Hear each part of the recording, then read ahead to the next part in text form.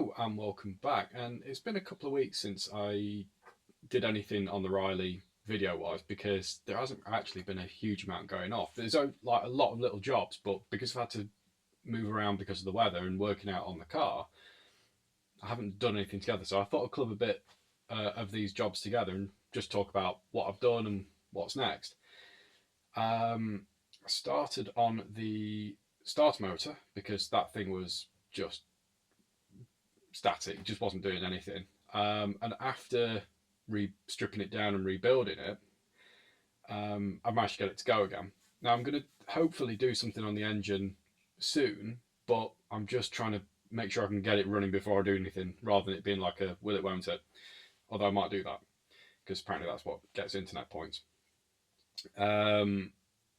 The electrical stuff, it needs a starter solenoid, because I somehow can't get 12 volts to it. I can get 12 volts to the solenoid, but not to the starter.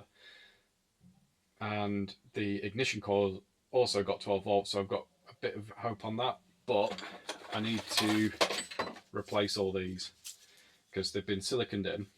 They, unlike the Cortina, they are screwed in.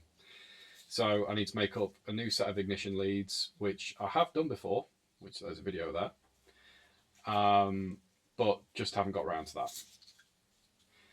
And the carbs are also going to come off, but I've had to keep my bench free because I've been working on the Cortina's wiring loom. But that's also now not on the bench, that's in the house for a different reason.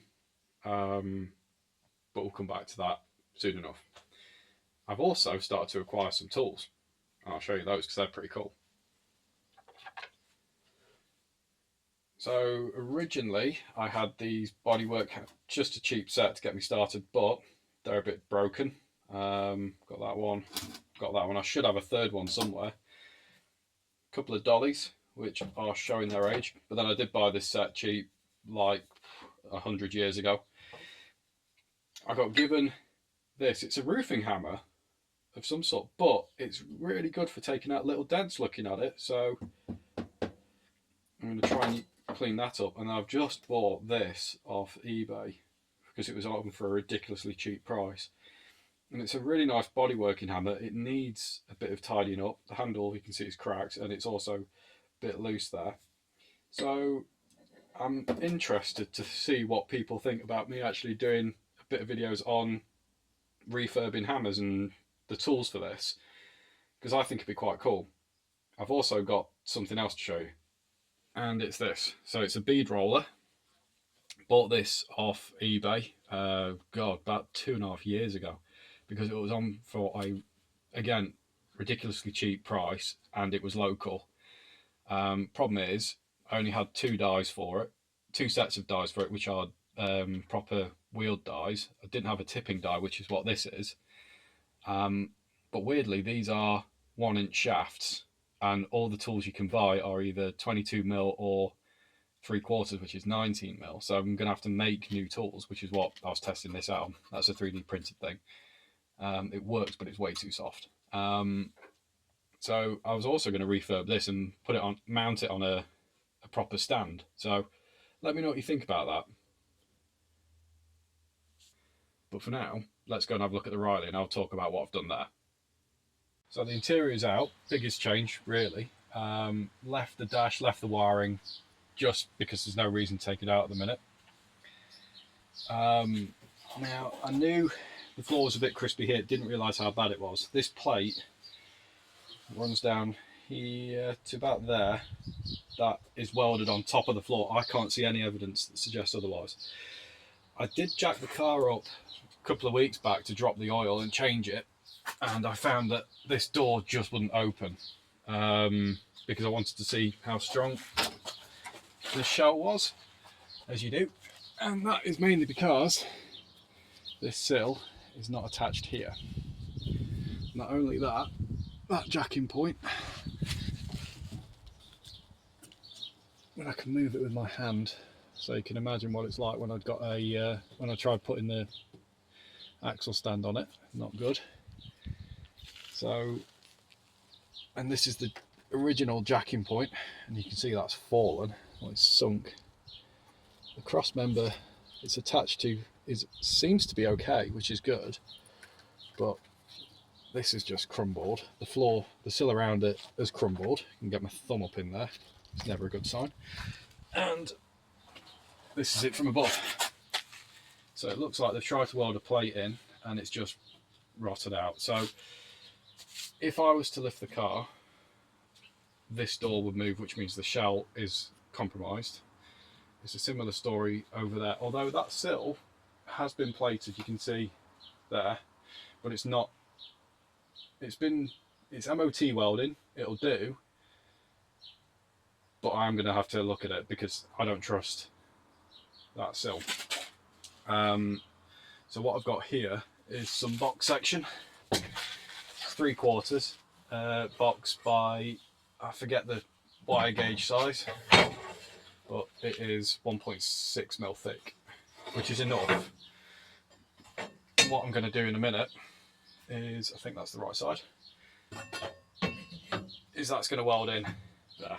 So C pillar, A pillar there to C pillar here, and then I cut it incorrectly unfortunately, but I might see what I can do. But I've got one that goes from the B to the B because there is a slight curvature.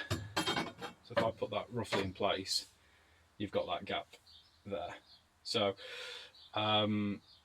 it wouldn't help to bend the steel to meet the frame. It's better to make another piece in, or put another piece in, sorry. That floor pan definitely gone in the corner. So I reckon flooring wise, basically from this line here on this side forwards, I'd do it to pretty much the bulkhead. Not impossible to make. Panel sizes, I can work with that.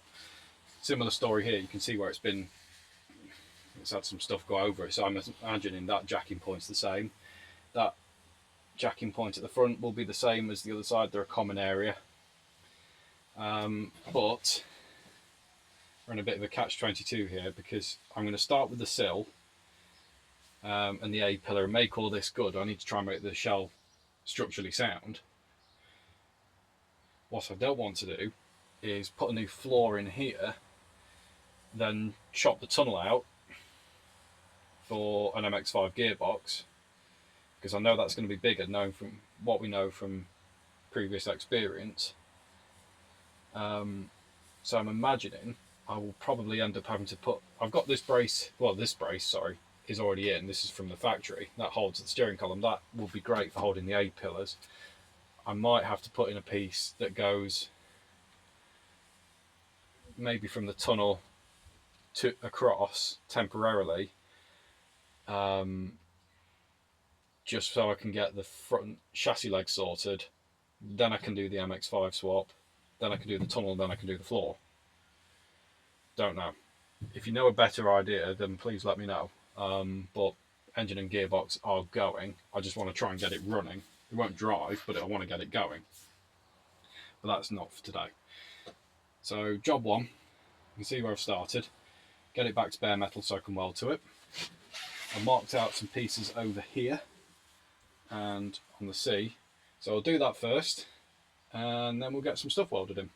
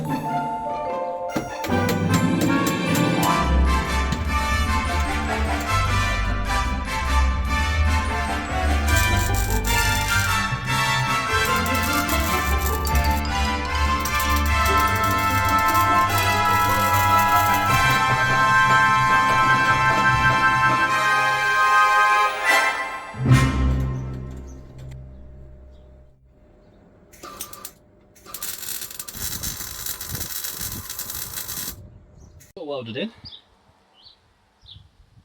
Not my best welding. I think that welder's on its way out.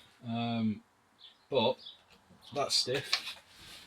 That's stiff to the point where I'm actually pushing on the suspension. So really happy that now I can do a bit more. So the plan next really is to get the sill off on the passenger side here, because that's definitely the worst area, and it's also one I've got most access to. To do that I need to take the doors off, which I can always bolt them back on when I need to. Don't know how they're going to come off though, because check strap seems to be like riveted in, so I think I'm going to have to break the rivet, put new stuff in when I go get to that bit. I'm going to definitely have to, things are going to get a lot worse before they get any better, but I think once I start peeling all this back, it's going to be pretty obvious what needs to be done and how I'm going to do it. So far I can't see any complex shapes. Hoping I can try and save that sill. It's going to take a bit of work, but I think I could repair it rather than replace it, because sills for this are, most of the panels are like 3-month wait, and because they are niche, let's put it that way, I'm going to be waiting and I'm going to be paying for it. So if I can repair as much as I can, I learn a bit as a bit of a beginner with this, because it's been a long time since I've done proper steel work. I've never done a sill before, so I want to learn. Anyway, waffling, sorry. Yeah, so I want to get on with that. Engine wise, I need to rebuild the ignition, because I think I've got bits to repair it, like the new condenser and points, so I'll probably switch those out. Got some spark plugs, do the HT leads, that would have all that sorted. And then I think I need to pull the carbs off, because the choke linkage is just seized solid, and they've not been used for about 30 years. So I think if I pull them off, strip them down, I could at least attempt to start. So I'm pretty excited about that. So I hope you've enjoyed it. Just thought I'd give you a bit of an update. I am trying to work on it, but at the same time I am outside. There's plans to put it next to the garage, not on the drive but in the garden. But I'm working on that, because at the minute I'm fighting triffids, which is not fun. So don't know if you can't really see it from here. There's a greenhouse that we haven't used for a while, needs rebuilding, but there's a space I can put it in, which means it frees up space for the Riley to go around the back, and that means I can work on it a bit more frequently without having to bother neighbours and stuff, because it's pretty exposed where we are. So yeah, hope you've enjoyed it. Like I say, if you haven't already, please subscribe, and yeah, get in touch, and I will be back soon. Thanks for watching.